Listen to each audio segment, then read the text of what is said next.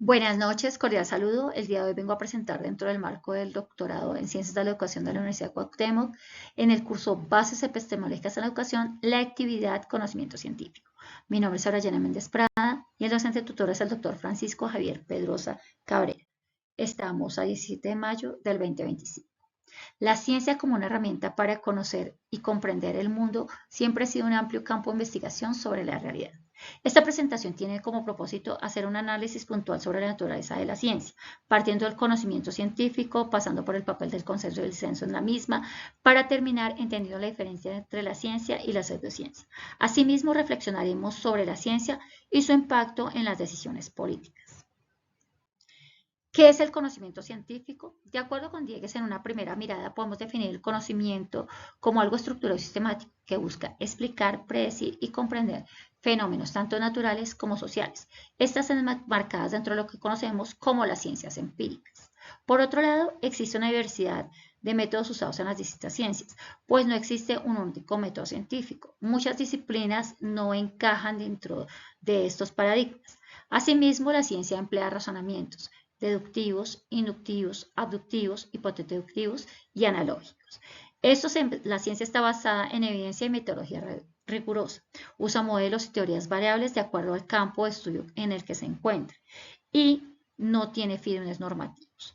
¿Esto qué quiere decir? Que no es su propósito establecer reglas.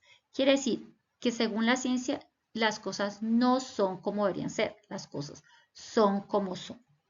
Por otro lado, entendemos que el conocimiento científico tiene unos objetivos puntuales. Entre ellos encontramos que determina qué tipo de entidades y procesos explican algunos funcionamientos, entre ellos los del universo, encuentra regularidades en lo que o en los fenómenos y asimismo busca teorías. Dentro de estas objetivos también podemos encontrar que aquí se juega un papel muy importante el conocimiento en la generación de políticas, pues es papel de la ciencia ayudar a alcanzar con mayor rapidez y seguridad esos objetivos de los que estamos hablando. Si bien la ciencia no es la encargada de establecer, ni de gestionar, ni de promover, ni de ejecutar las políticas, sí es la encargada de fundamentar y dar las bases para las mismas, de brindar las herramientas que permitan optimizar, promover y ejecutar una mejor calidad en algunas herramientas. Asimismo, predecir y enfrentar situaciones. Quiere decir que la ciencia permite y le permite al Estado o al ente que esté encargado poder proporcionar, anticipar algunas situaciones, ¿sí? En el campo económico, en el campo del medio ambiente y en el campo social. Genera avances en el conocimiento de la medicina de tecnología.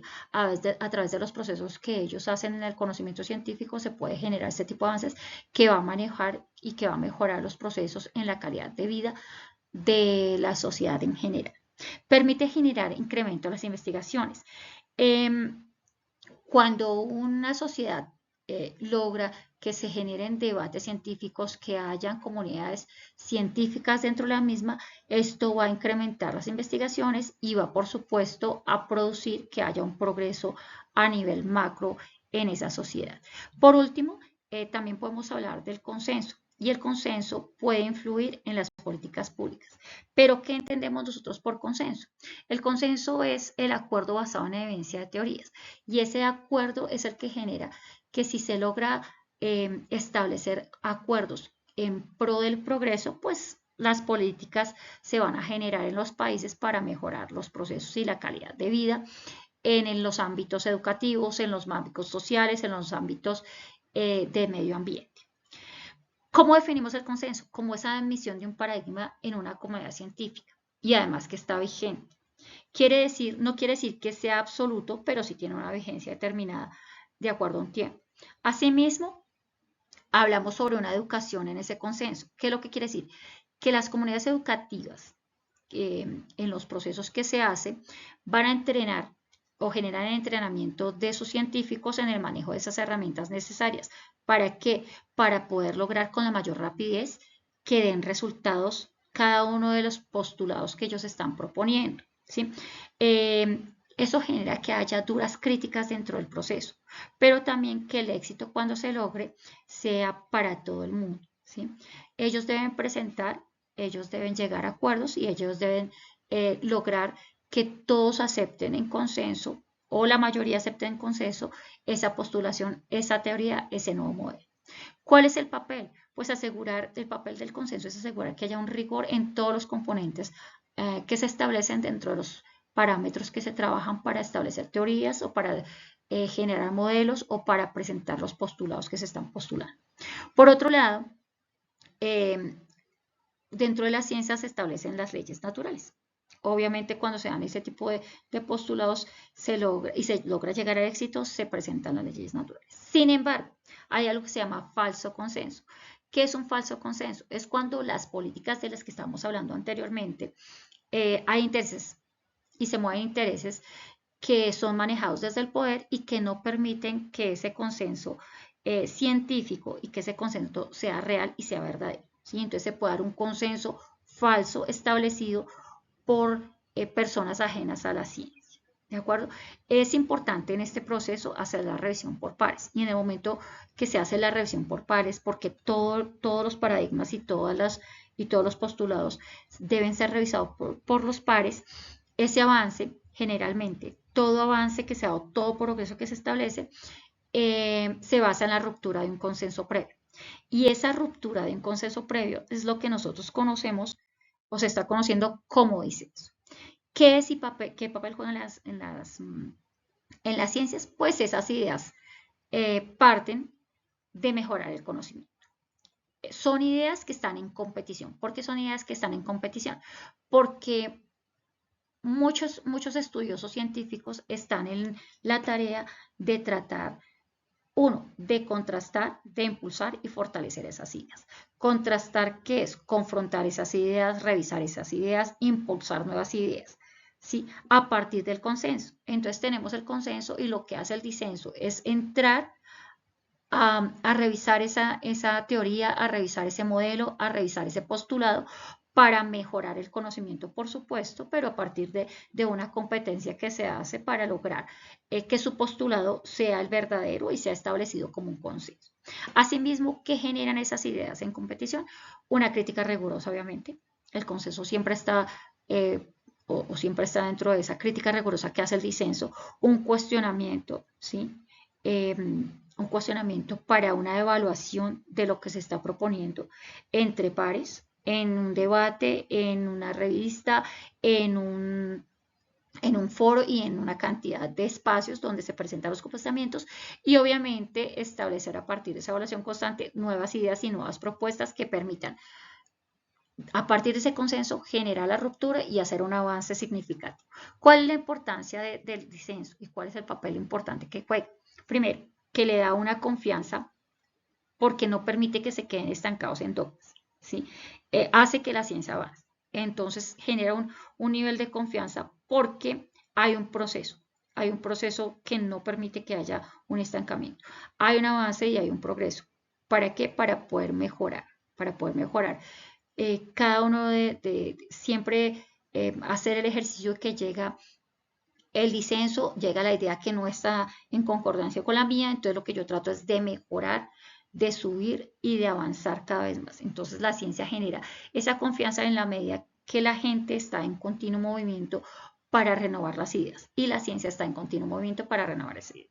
Sin embargo, ese disenso tiene un problema y es que cuando pasa los límites relevantes y ya no es útil, ni ya es importante, ni ya me está generando una nueva idea y me está generando un avance, lo que hace es desacreditar el conocimiento. Y lo que hace no es ayudar, sino empobrecer. Y a esto le conocemos, y esto permite que exista lo que conocemos como la pseudociencia. Entendida como una teoría que no tiene un carácter científico. ¿Cuáles son las diferencias entre la ciencia y la pseudociencia? Primero, la ciencia utiliza métodos verificables. La pseudociencia carece totalmente de esa estructura, ¿sí? Mientras que en la ciencia el carácter científico permite que sea verificado de manera específica, que haya una evidencia empírica, aquí hay unas ideas sin respaldo y hay una falta de falsabilidad, ¿sí? Hay una falta total de respaldo a las ideas, ¿sí? Asimismo, aquí parece ciencia. ¿Qué quiere decir? Que aparentan ser creíbles. Aquí hay una investigación rigurosa con unos pasos, con un método científico o con un proceso que va a la par dentro de todos los razonamientos que hemos visto. Mientras que aquí simplemente es lo que se cree, ¿sí? Este tiene niveles mínimos de rigor, apela a la creencia y finalmente pues no entra dentro del juego de los criterios válidos que tiene la ciencia, ¿sí? Ni nunca puede ser demostrable porque solamente se juega a partir de lo que se cree. Asimismo, es peligrosa. ¿Y por qué es peligrosa esa pseudociencia? Porque puede generar un impacto negativo en lo que ya está probado o en lo que ya es válido para nosotros, por ejemplo, en las ciencias de la medicina, por ejemplo, en la pandemia, por ejemplo, en procesos del medio ambiente, y entonces hay peligros no solo para los seres humanos, sino para la supervivencia. Hay una pseudociencia que habla de las vacunas, que habla de los procesos antivacunas que también generan ese tipo de dificultades, ¿sí? Entonces, dentro del texto se habla mucho del riesgo que presentan también las redes sociales porque crean en auge ese tipo de creencias. Finalmente, la ciencia nos demuestra que es importante y que es importante para el avance de la humanidad, para la mejora de la humanidad y para que podamos ejercer un mejor proceso de calidad de vida para los seres humanos en todos los ámbitos, porque es la única en este momento que tiene el aval para crear un cierto tipo de validez frente a muchos fenómenos que son explicados y que más adelante, si no lo han sido, pueden ser explicados. Bueno, para terminar, pues dentro de las conclusiones tenemos que la ciencia constituye una herramienta clave para validar nuestro conocimiento. ¿Qué quiere decir? Que es confiable, ¿sí? Que es confiable para nosotros. Es importante destacar que el papel del conocimiento en el avance de la humanidad, independiente que tenga falencias, pues tiene un valor incalculable porque se cuenta con él. Se cuenta con él y se puede manejar desde lo empírico. Asimismo, la crítica en cuanto al consenso y el disenso permite el progreso de las teorías y modelos con los que se cuenta en la actualidad. Esto quiere decir que las creencias sin fundamento no nos sirven, ¿sí?